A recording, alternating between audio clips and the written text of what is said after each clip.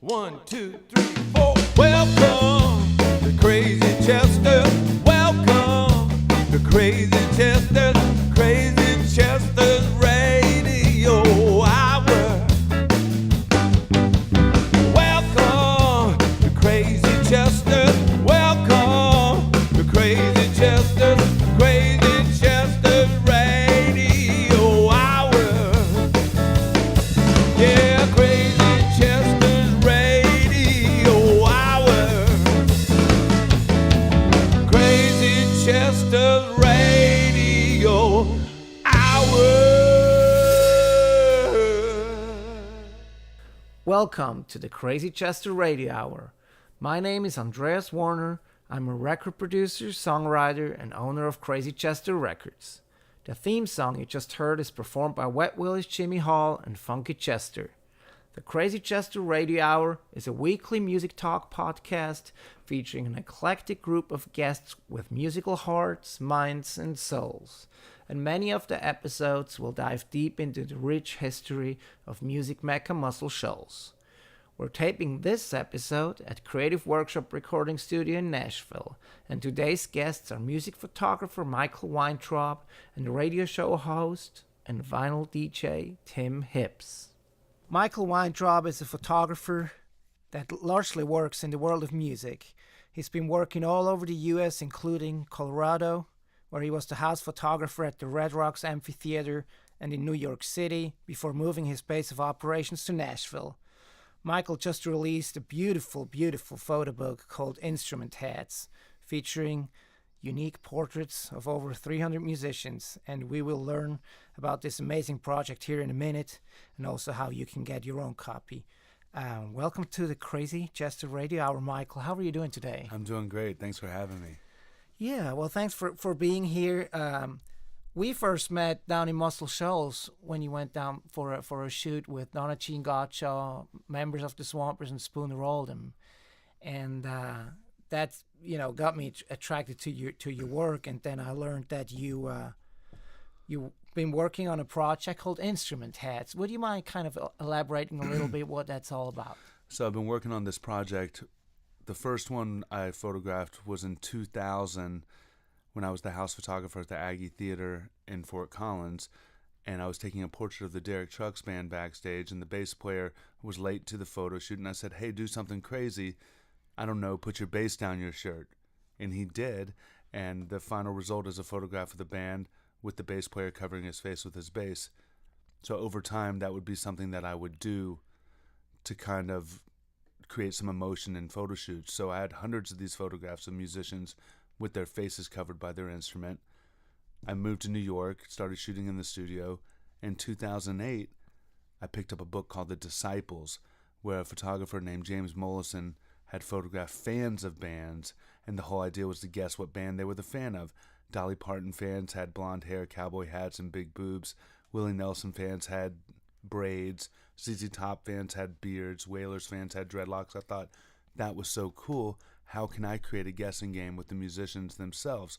That's when I decided to start focusing on this Instrumenthead project. So I would basically contact all of the musician friends I knew from being a rock and roll photographer, music photographer over the years, and I offered them all free portraits for their promo and trade, and that took money out of the equation. And I would say to them, what is it about you that makes you special? How are people going to know it's you? So people would show up with all of these relics from their past or their instruments that they're known for playing that are sometimes more famous than they are.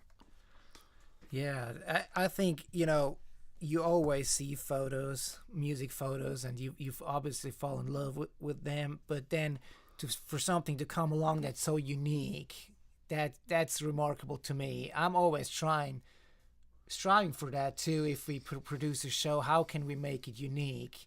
And the idea behind it that you came up with, I guess, kind of by coincidence. Yeah, it's all by chance. It was just following the river of life and just kept trying to move forward and be creative. Yeah, and would you mind sharing a little bit about the actual process of how the book came together, the physical product? Because I know you did an Indiegogo campaign for it. I did. Well, originally I was meeting with major publishers like HarperCollins and Rizzoli, and many of them said the same things, that there wasn't a focus. Who are the stars? Who are we going to pitch this to? So I decided that I would go on the road and start doing exhibits. And by doing the exhibits, I built a following. And by building a following, I was able to do a crowdfunding campaign. I launched my campaign in October of 2015 on Indiegogo, and it was the fourth highest photo book that to date at that time that Indiegogo had raised money for. And I worked with some Italians, Diego Orlando, who is the editor for Burn Magazine, which is David Allen Harvey's photo blog. And David, if any of you know anything about photography, David Allen Harvey is a famous Magnum photographer. These are the guys that are on the boat as it's about to sink, and they take the photograph, and then somehow they get rescued and the photos live on. So these are serious documentary photographers, and they think like photographers. So I wanted to create a book that was a real photographic journey art book, not just an encyclopedia of rock and roll or a rock and roll cookbook, I would say. So I went to Italy and I printed this at one of the nicest printers in the world called Grafica Antiga. Yeah, you told me that they've done the Pirelli calendars, among other things. Yeah, they've done the Pirelli calendar a few times, and they've printed books for Steve McCurry and many other great photographers. And, you know, regardless of whether or not you love the photographs or like the photographs, this book is super cool because there's 3 different kinds of paper. There's 3 different covers, and there's 368 different musicians. So the whole goal was to create a product that you could flip through without getting bored. Most photo books have 100 to 120 images in it. This has over 368 images in it. So we really worked hard on the design, and we got a great award. We got a Design of the Year at the Independent Book Publishers Awards, which was amazing. Yeah, congrats. And I wish we could, our listeners could actually take a look at the book, because it is stunning. I mean, just the quality of the paper, obviously the photographs and the whole design is spectacular. Thank you. Craig Havinghurst, who is a local music journalist here in Nashville, he helped you somewhat too with the editorial. Yeah, so Craig helped me to put together the captions for the images in the book, as well as my introduction. Helped me gather my thoughts. Yeah, and somebody else who's quoted on the back of the book, and I might ask you to read that quote, but was very important to you, is Colonel Bruce Hampton, who recently passed away. Would you mind sharing the quote and then kind of elaborate a little bit on your connection? So this is the quote on the back of the Instrumenthead book, where you can go to instrumenthead.com to learn about it. Here we go. Instrumenthead, an obsession, a compulsive journey. This visionary book is not playing checkers. You might say the wind starts here. The production, the vision makes time look like space. This is now. What an outspiration. You can see the music in it dance. So that's super cool that Bruce wrote this quote for me and has been a guiding light in my life for a really long time. How did you initially get hooked up with him? I met Bruce Hampton in the late 90s at the Zambiland Orchestra at the Variety Playhouse. It was a benefit concert they would do every year before Christmas time, where people like from the Aquarium Rescue Unit camp and Widespread Panic camp and Fish. It was basically like a lot of the people from the jam band scene. Yeah. Bruce was kind of the godfather of the jam band scene, kind of like a Sun Ra or a Captain Beefheart kind of character. And I met Bruce and we connected, and I was really young, and I had some of those crazy experiences that people have with Bruce that they talk about when they mention his name. And over the years, we just kind of grew together, and he was a guiding force for me, and he's the kind of guy that gave people permission to be themselves. He was a real conduit for people, especially the musicians who went through his camp. Yeah, I mean, maybe just to tell listeners a little bit more about him. I mean, people like Derek Trucks and O'Teal, who was a member of the Allman Brothers and is now out with Dad and Company. They went through his school, if you will, and they were highly influenced by him. And he's one of the most eclectic eccentric and unique individuals in music, and I think his legacy will always be increasing over time now. I think he's left such an important mark on Southern American music. And it was amazing being at the concert. I had set up a book table there, did a book signing there, and I actually gave him the book as a gift that day, the day that he passed on stage. If those of you don't know, we didn't mention it, but Colonel Bruce Hampton passed away on May 1st at his tribute concert in Atlanta at the Fox Theater, surrounded by all of his friends on stage, playing the song Love Light, which coincidentally enough was the first song he ever played live on stage, and it was the last song. You can't even make stories like that up. No, you cannot. That's like as rock and roll as it gets. It is. It is. All right. Also, me and a lot of people, I think, listening to this podcast are somehow connected to the Muscle Shoals music scene and in love with Muscle Shoals sound. And I wondered if you might tell us a little bit about that particular photo shoot that you did down at the Nut House in Sheffield, Alabama, with some of the area's musicians. Well, when I first moved to Nashville, I became the house photographer for the Bluegrass Underground, which is a concert that happens in Cumberland Caverns in a cave in McMinnville, Tennessee. And one day I'm walking in and I see this guy. He looks really familiar. And we realize where we met. His name is Jimbo Hart, and Jimbo's the bass player for Jason Isbell. And we had met many years before when he was on tour with Papa Molly in New York, and they stayed in my apartment. And I remember I took Jimmy out and got him pizza and took care of him, and we had a great time. Jimbo, I mean. And we realized how we knew each other, and then he told me he was from Muscle Shoals and how he knew everyone in Muscle Shoals. And I said, well, I'm looking to come down there and do this Instrumenthead project. So he connected me with Jimmy and Angie Nutt at the Nut House, and they connected me with Jimmy Johnson and David Hood from the Swampers, Donna Jean Gottschalk from the Grateful Dead, and Spooner Oldham from every band. Like Spooner plays with a lot of people, same with all these guys. But so we went down and we set up the studio at the Nut House, and Jimmy and David came on down, and we had a great time. We had the problem of trying to figure out how to hang Spooner's Wurlitzer. Like, these instruments, I want to reiterate the fact that this isn't done in Photoshop.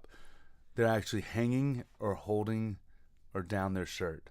So Spooner's actually there with his tan Wurlitzer that he's played on countless amount of records, holding a giant red spoon. Yeah, that's something else that struck me going through the books. They don't just have their instrument in front of their heads and kind of speaking for themselves, but also there's quite a few hints incorporated in the individual shots. Like Spooner has the spoon on it. Donna Jean, I believe, has her duo album with her late husband on there too. And her son is on the cover of that. Absolutely. Zion. And Derek Trucks has all the slides on his fingers. So exactly. It's that and I'm sure it's different every time, but how is the process of, like, you mentioned trying to get people comfortable is important first, but then how do you compose the photo? Well, we do a whole photo shoot before we even get to the Instrumenthead, and my whole goal through that process is to make them comfortable. People come into the studio and they're like, okay, how do I do it? What do I do with the instrument? And I said, no, just take it down a notch, and we're going to get into it as we get into it, and that's the last thing we do. And in many instances I have apparatuses to where I can hang the instruments from wires, and it's difficult gaining the trust to be able to hang these priceless instruments.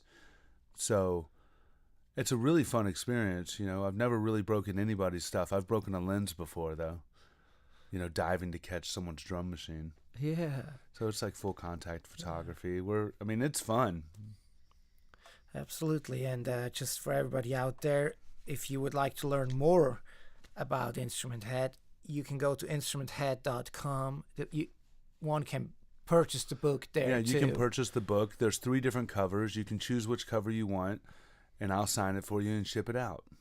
Yeah, that's great. And I can honestly, I mean, encourage everybody to research more because it is a piece of art by any mean. And one thing I would like to talk to you a little bit too is like most of my interview partners here are going to be musicians, but I'm always interested in the intersection of music and other arts or other fields. So, and you've been navigating the world of photography and music and its intersection, and obviously different arts have been influencing each other for ages, and there's always been some cross pollination. And here in Nashville, this is especially apparent in East Nashville, where your studio is located. And would you mind sharing a little bit how that East Nashville environment or that collaborative spirit is influencing your work? I mean, it's great to be there. It kind of feels like Brooklyn did when I moved there in 2005. I feel like there's a real renaissance happening here. There's a lot of people moving to town. You know, where my studio is, we have an art gallery, a recording studio, a silk screener, a third-generation Mexican luthier who makes classical instruments and mariachi instruments. There is a textile designer, a clothing designer, a woodworker. So it's amazing being in this community of all these creative people. And we've been having concerts and art shows there. And, you know, my place is a photo studio, but we're also having events and exhibits. And it's just great to be able to share the space with people. And that's what I really love to do the most. I love being here in East Nashville. It feels great. Yeah, and also besides working on your Instrumenthead project still and also having exhibits around it, you're also a photographer, I guess the house photographer at the Ascend Amphitheater? I do, yeah. I photograph concerts at the Ascend Amphitheater. Since I've been here, I've photographed many great musicians like My Morning Jacket, the Doobie Brothers, Chicago, Jeff Beck, ZZ Top. I mean, the list goes on and on. You did an album cover for a Grammy-winning Johnny Winter release too. Yeah, I did. I did the album cover for the Step Back record. It's funny, Johnny passed away and then he won the Grammy, but at least he got it. So it felt really good. And that photograph that was on the cover of that Step Back record was actually one of the normal portraits from our Instrumenthead shoot. So that's what would happen. I would go and create this work, and then they would realize they needed it. Bootsy Collins used it on a record. Joe Louis Walker had it on his album cover. The Living Blues Heritage Orchestra had it on their album cover. People like Carl Zenson and George Porter Jr. from the Meters used it on their album cover. So, you know, a lot of creatives and artists are waiting to get hired before they create the work. And I realized that I just need to go out and create the work because I am an artist. Absolutely. And people can get in touch with you too through your website if they want to inquire about your work and maybe about hiring you to work for them. You do that a lot. Absolutely. So you could go to instrumenthead.com to learn about the book, which will take you to Magnet Bound Press, which is my publishing company I started. And if you want to see my portfolio of some of my other photography, you can go to michaelweintrob.com. That's MichaelWeintrob.com. And that's where you'll see a variety of the stuff that I've done. Yeah, absolutely. And you have a few exciting things coming up too. Would you mind sharing some of that? I know you talked about something in Muscle Shoals here coming up very soon. Yes, I have something in Muscle Shoals in August 24th through the 27th. We're going to be doing an exhibit at Fame Studios. If you've seen the Muscle Shoals movie, you learned about Rick Hall. He's the guy who started Fame Studios. So I'm really honored to be there, especially since I'm from Alabama. Actually, this Friday, we're doing an after party for the NAMM show at the Ascend VIP Club, where we have a bunch of musicians and companies sponsoring it. Lee Oscar from War will be there. Doug Wimbish from Living Color will be there. Nir Felder, the great jazz guitar player, will be there. So I'm excited about that. But what I'm most excited about is on the 17th, I leave to drive to Colorado, where on the 21st, I have an exhibit that opens up at Red Rocks Amphitheatre in their museum, where I'll be showing until August the 5th. So it's all come full circle because I started my career there, and now I get to bring what I've done since I left there back home to Red Rocks.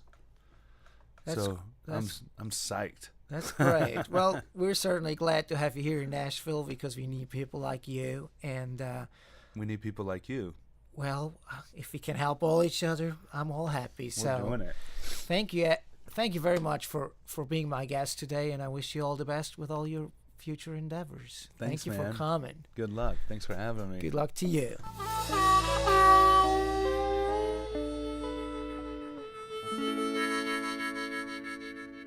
Tim Hibbs is the host of the Vinyl Lunch radio show on ACME Radio here in Nashville, where he hosts music industry guests spinning a mix of classic records on vinyl and hard-to-find tracks recorded in Music City and beyond.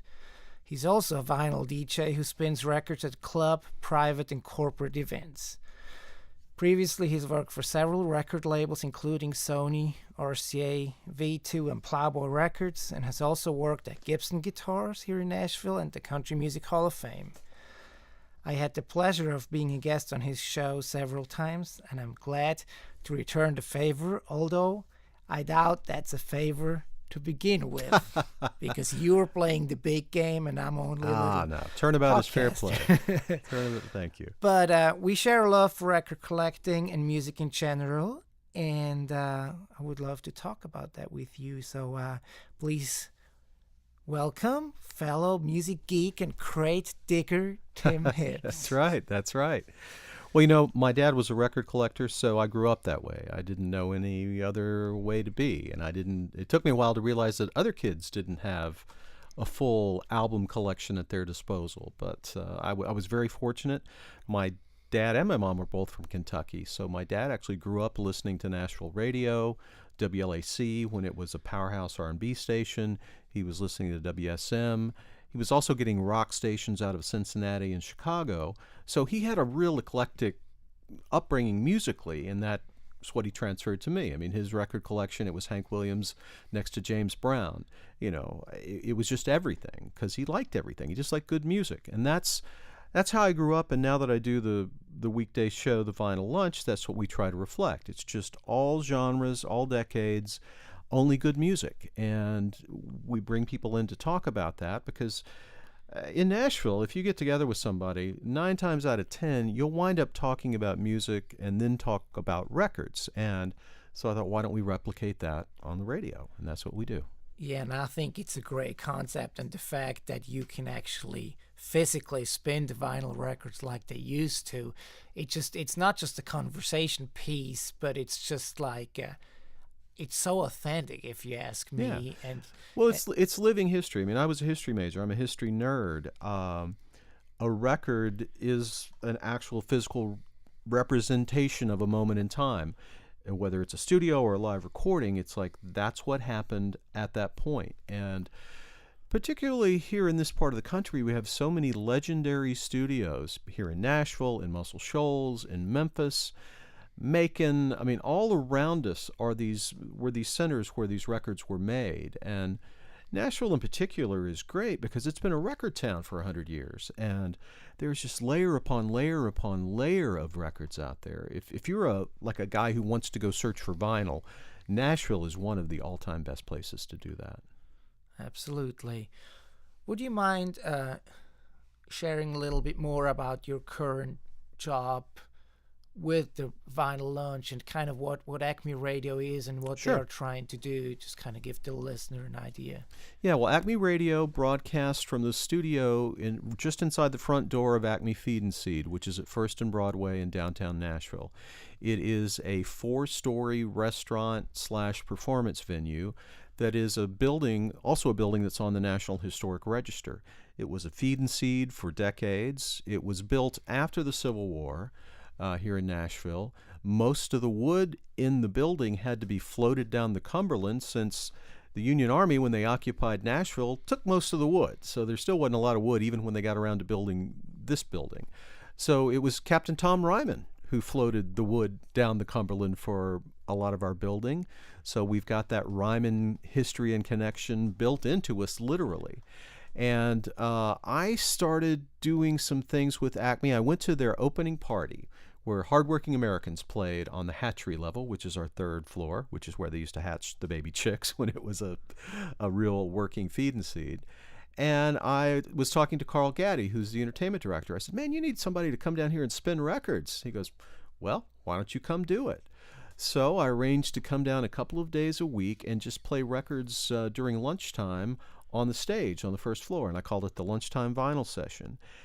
And what was so fun about doing that in Nashville is you'd be spinning a record and somebody would come up and say, I wrote that, or I played bass on that, or, you know, Steve Warner would walk in and say, oh, that's me, you know, and so you just had all of these connections automatically with records just from the crowd. And, you know, that's the thing in Nashville. You never know who's at the next table or sitting next to you at the bar. It could be the guy who produced that record. So we had a lot of fun doing that and really good feedback.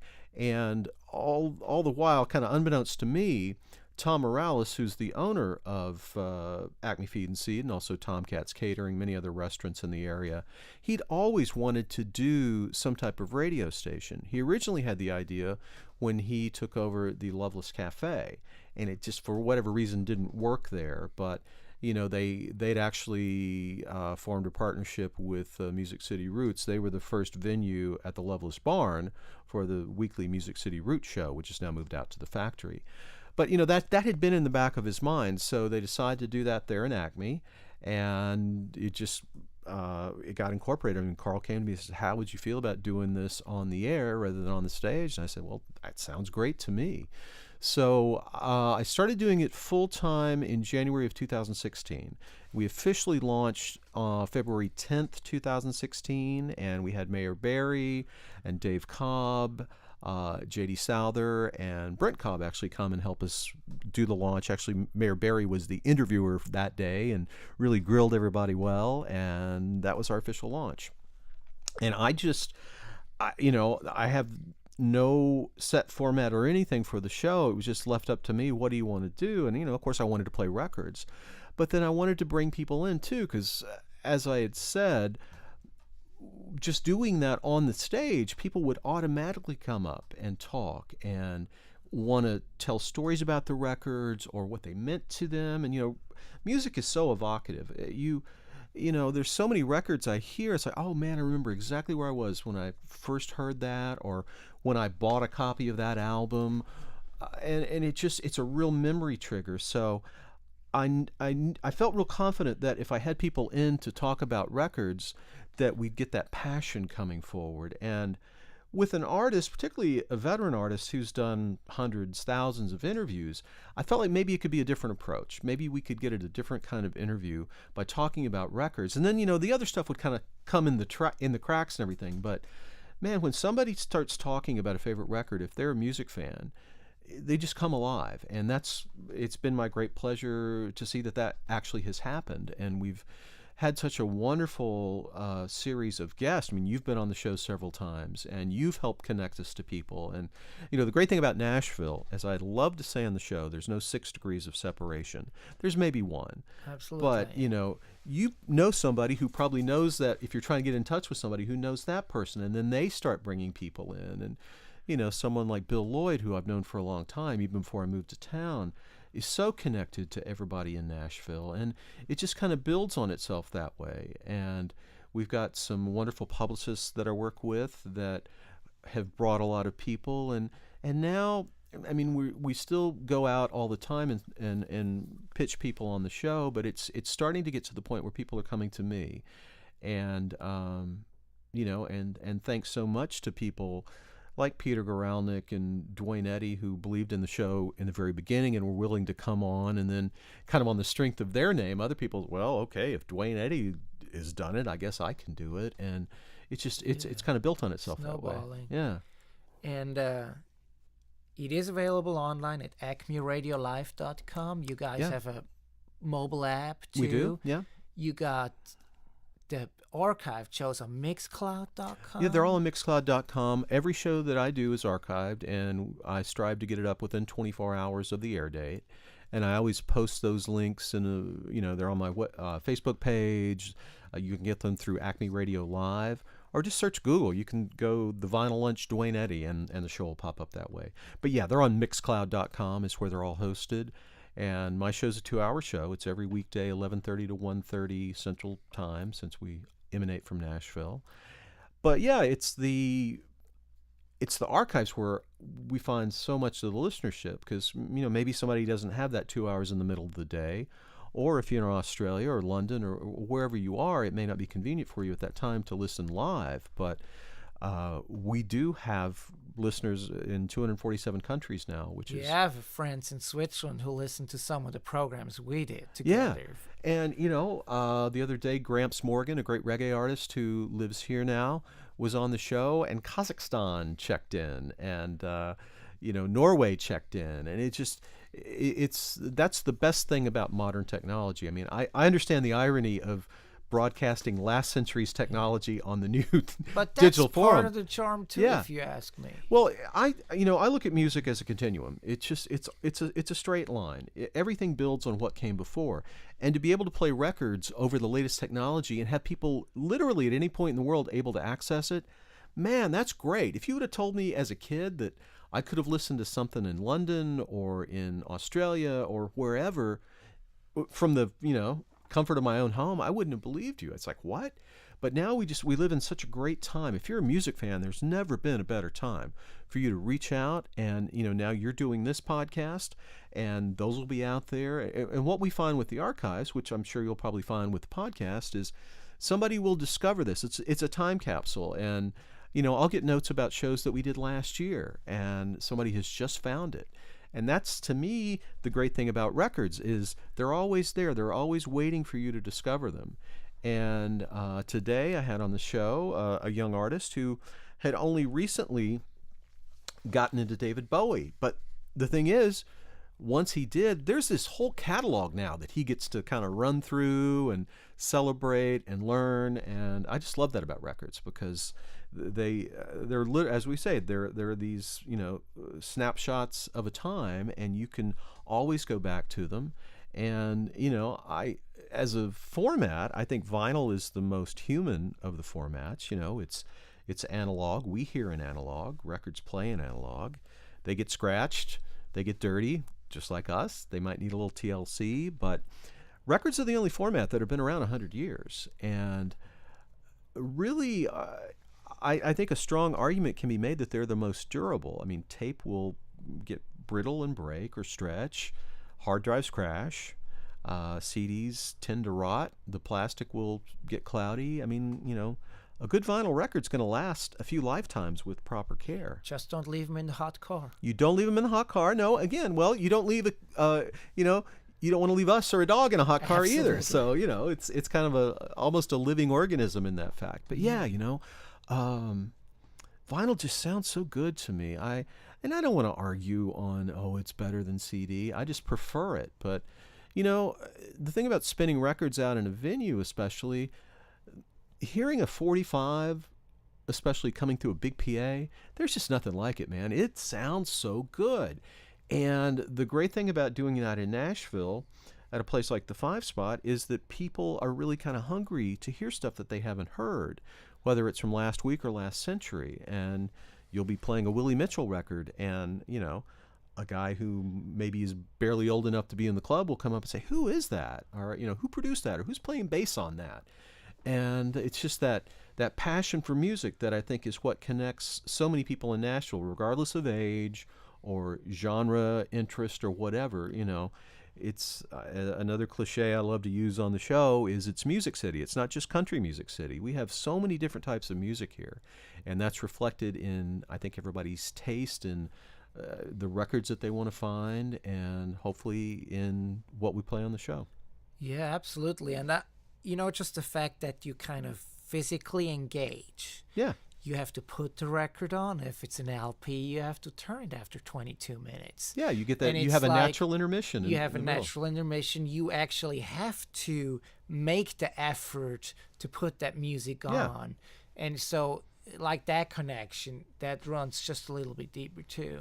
It does. Well, it pulls you into it. And, and again, the irony of saying this on a digital format, but in the digital world, things are becoming, I think, too virtual for us, or the temptation is there to withdraw into yourself, into your own earbuds and iPad or phone or whatever. And there is something to physically touching an object, especially a work of art, whether it's a book or a record or a painting, whatever, going to see a film in a theater. It's part of an experience, and it's a different experience than just doing it by yourself, doing it digitally. Now, that said, I listen to digital stuff every day. I mean, I stream stuff in the car. It's all part of it. I don't say that you should get rid of that, but there's a real importance to preserving physical media for me. We're at a point where the CD's about to disappear, and that's, not that I'm a huge fan of the CD. I have CDs, but I would much prefer you actually have a CD to listen to music than just to stream, because there again, at least you have to take it out of the jewel case, put it in the player. You may have some liner notes, albeit very tiny, but there's something there, and there's something about picking up a real book and smelling the book and feeling the texture of the pages. That's all part of the experience, and part of it that really pulls you that much further into it. And yeah, pulling out that record, putting it on the turntable, putting the stylus down, looking at the artwork, maybe reading the liner notes, if there are liner notes, and hopefully there are. It's just, or the inner sleeve information. That's what I studied as a kid. For me, it wasn't like reading the stats off of a baseball card. I wanted to know who produced that album. Where was it recorded? Oh, this other album was recorded there, and that same guy produced it. Then you start following that thread. It's like, well, if I liked that, maybe I'd like this other record that they worked on, and the artwork. It's like, wow, that's a weird picture. Why did they decide on that? And that, for me, that was very much the same thing. And I'm convinced that I learned more about producing by reading, by listening, by researching, because you learn, oh, these people create these kind of sounds. How did they do this? How does the rhythm section work? Which bass player and which drummer create which kind of push and pull?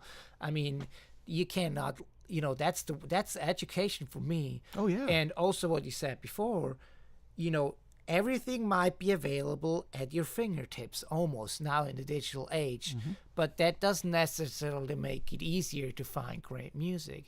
And the role of the curator, which to me, you're a curator as much as anything else, by spinning records, by having your radio show, and kind of, trying to expose people to music that you like, people to music that you think is worth listening to. When I've been to your show, beforehand, I thought, what can I bring that people might have not heard before? What do I like? What would I like to share? And that urge, combined with absolutely, the pleasure of being, there with you and talking about music is a great experience for me to be able to do that with you. So thank you for that opportunity. Oh, well, thank you for coming. Yeah, it is that my feeling is life is far too short. I'll never have enough time to hear all the music I want to hear, but I'm trying to get in as much as I can. And you know what you just said there, that virtually everything is at your fingertips, but not everything. And that's the great thing about records is I've had countless experiences where I've been spinning records out in public, and I'll see folks reach up with their phone, and I know that they're doing the Shazam app. And it's like, not what is Shazamable. And it's not in there, and they'll look at their phone like it's broken, and they'll come up and say, man, I can't find this. Well, yeah, this record never even made it to CD, let alone some digital database. So the vinyl world was just so vast. I mean, it was huge, and there's so many regional and smaller label records, especially, that never did make that jump, that are still waiting to be discovered. And that's the great thing. And you deal so much with Muscle Shoals. There are even records out of Muscle Shoals that are not in those Shazam many databases. Absolutely. So yeah, it's all part of that's what, before the internet, it was hard to learn about a lot of times about this music, especially me. I grew up in a series of small towns, and you'd get a magazine or you'd get word of mouth. Somebody would tell you. It was all about, putting the pieces of the puzzle together. It was a mystery that you were trying to solve. And, and again, I think that invested you more in it and made you that much more appreciative when you finally found out about it. As you were saying, it's part of the education, but everybody today now can go and find out about things, but there's just so much coming at everyone that, I do think that you need to kind of find those curators or gatekeepers, whatever you want to call them, that can help point you at things. And thankfully, there's a lot of those people out there now, and it is truly a worldwide pool of people to draw from. Yeah. So besides hosting your radio show, you're also doing a lot of live work. Yeah. Spinning vinyl. Would you mind sharing a little bit kind of where people might be able to see you or to hear your work? Oh, sure. I know you've been, all over town. I spin every Tuesday night at the 5 Spot. I have for the last more than 5 years now with Derek Hoke. He does a promotion called $2 Tuesday. Derek is a fantastic local musician, and every Tuesday he puts on a variety show. It's 4 or 5 acts doing short sets. I spin records for an hour before the live music starts, and then I do it in between each act, and I pick a different theme every week, and it's just, it's great. And again, I am so thrilled to do that, especially in an area like East Nashville where at least half the audience is going to be musicians, and they're like really interested in what you're playing.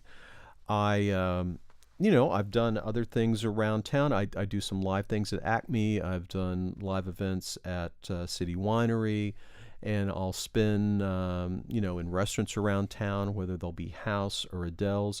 My Facebook page, I'm Tim Hibbs. I always put up, what I'm doing there, or put it on Instagram as well. And, it's just, it's a pleasure to do that. And it does take a lot more work to bring a bunch of records to spin than it does to spin from a digital source. Some guys show up with a laptop. That would be a whole lot easier, but it's just not what I do. And I think there's a beauty to having a box of records and being able to create a set from that. It is like Jack White likes to talk about self-imposed limitations and then kind of working your way out of that, kind of like fighting your way out of that bag. That's why with the White Stripes, there were 2 people. He was purposely playing kind of crappy guitars, and just so he would challenge himself, so he'd really have to work to make it sound good. And not that I think records sound bad, I think they sound great, but it's a lot more weight when you're hauling all of that around. But another place that I'll be doing things this summer is the night market at Farmers Market. The 3rd Friday of every month is a nighttime celebration at Farmers Market Nashville, where the entire food court is open, and they've got wine gardens and beer gardens, and actually they'll have another DJ who's outside. I'll be inside in the food court, but it's a ton of fun. I mean, it's like all of these people and every age range, and I love it when a kid will come up to me and I'm playing something like Ann Peebles' I Can't Stand the Rain, a great record from Memphis on High Records, and somebody comes up and says, "Who is that?" And that's the goal. That's for me. If you can turn somebody onto a great record, that's a joy, because then they'll pass it on down the line. Because the same people did that for me. I mean, for me, it was my dad. For a lot of people, it's an older sibling, or it's the guy at the record store. It's like somebody kind of puts you on that path, and then you go and you pass it on. Yeah, that's great. And now I have a question for you. Earlier on, I had a friend of mine. His name is Michael Weintrob here, and he has a book called Instrumenthead, where he takes portraits of musicians with their instrument in front of their heads, with the idea behind it that the instrument tells more about the person than the face would, almost, because those musicians they identify themselves so much through their instrument. Now, trying to kind of extrapolate to what you do, what does your record collection tell people about you? I'm a mess.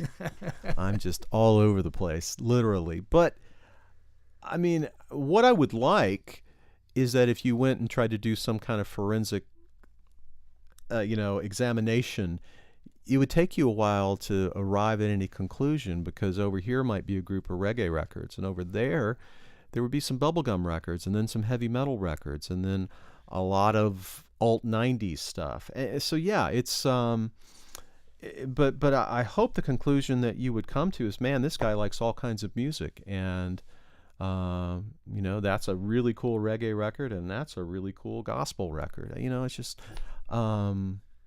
as I say, life is short, and music is so vast that we just don't have enough time to enjoy it all. But I'm trying. I'm really trying.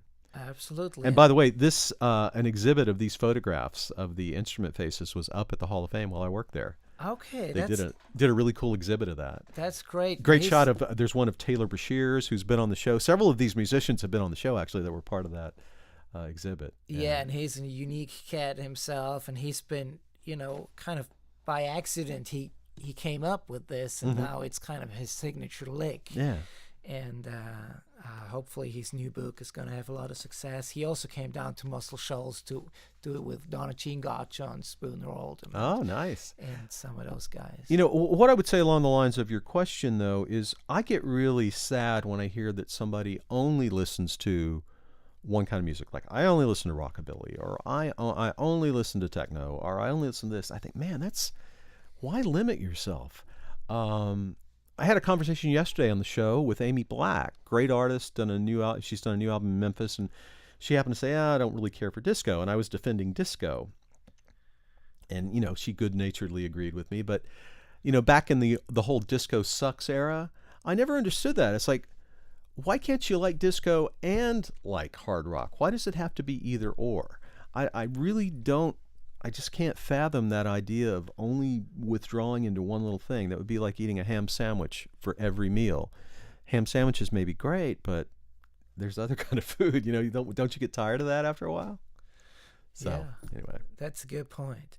Well, I would like to encourage everybody to tune in to Tim's radio show, The Vinyl Lunch, wherever they might be around the globe. It's not that hard. So, and if you're interested in finding out more about his DJing work, feel free to leave a comment, and I'll be happy to put you in touch with him too, because he's the best from what I can tell, and it's always fun to not just talk music with him, but also to listen to his vast collection, and go over to the 5 spot and see what kind of R&B nugget you just dug out. So anyway, thank you so much for being on my show today. And it's been my pleasure, Andreas. All the best with the podcast. And again, I would encourage everybody to dig up every podcast, subscribe to this, and make sure that you don't miss a minute of it, because Andreas came from halfway around the world to get to Nashville to explore all this stuff. The least that you can do is click it up on your whatever your iPod server or your podcast server is. So great, thank you so much.